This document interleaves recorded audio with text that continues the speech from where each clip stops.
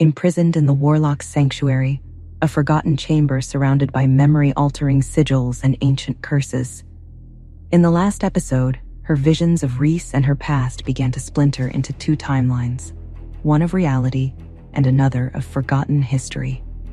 Meanwhile, Reece wanders Echo Ridge, lost in illusions and grappling with what is real. The silence was never just silence here. It pulsed, like breathless whispers behind walls, like the throb of an old wound, like something buried too deep to forget. Trinity woke to the sharp sting of metal on her wrists. Again, another mark, another day. She was alone in the obsidian chamber save for the warlock known only as Ash.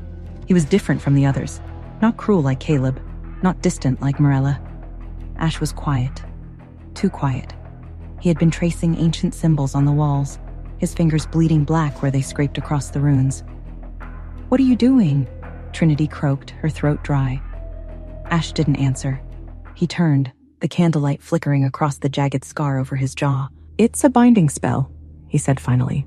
"One that should not be broken, but you're already unbinding things you don't remember binding." She frowned, straining against the restraints. "What are you talking about?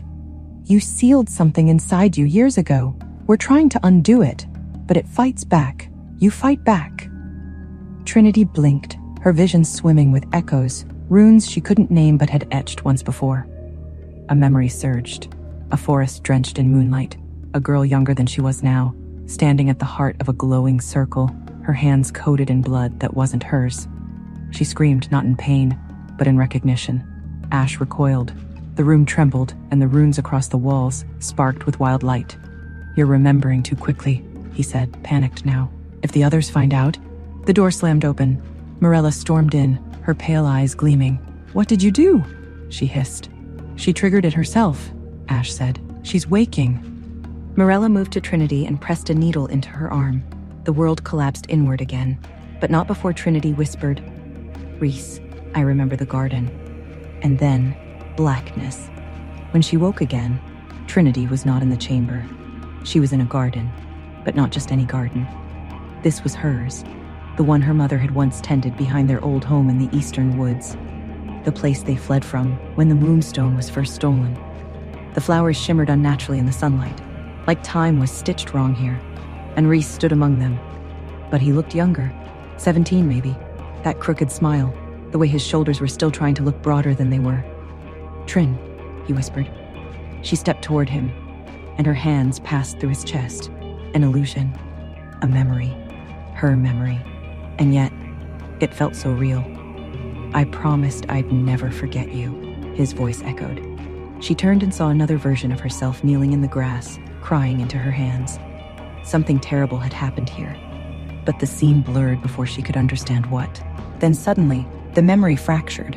Trees cracked open like glass and shadow spilled out. She stumbled back, breathing hard. A voice whispered in the distance, "You left me." She knew that voice, but it didn't belong to Reece. "Kalen," she gasped, and the memory shattered like a mirror underfoot. Trinity's fragmented memories swirled, the obsidian chamber and the sun-drenched garden bleeding into one another. The weight of forgotten bindings pressed down on her as the echoes of Reece's promise and Kalen's accusation reverberated in the strange, shimmering illusion. Was this garden a key, a prison, or simply a ghost of a happier past? And what terrible act had her younger self witnessed, the trauma of which was now fracturing her carefully constructed amnesia? Would she unravel the secrets buried within her before Morella and the others could bury them again? And what would happen when she finally remembered why she had fled this garden in the first place? Hey, I am Trinity. Want to know what happens next? Then click the link in the description below and download the Pocket FM app and listen to the exciting episodes of Chosen by Fate, Rejected by the Alpha.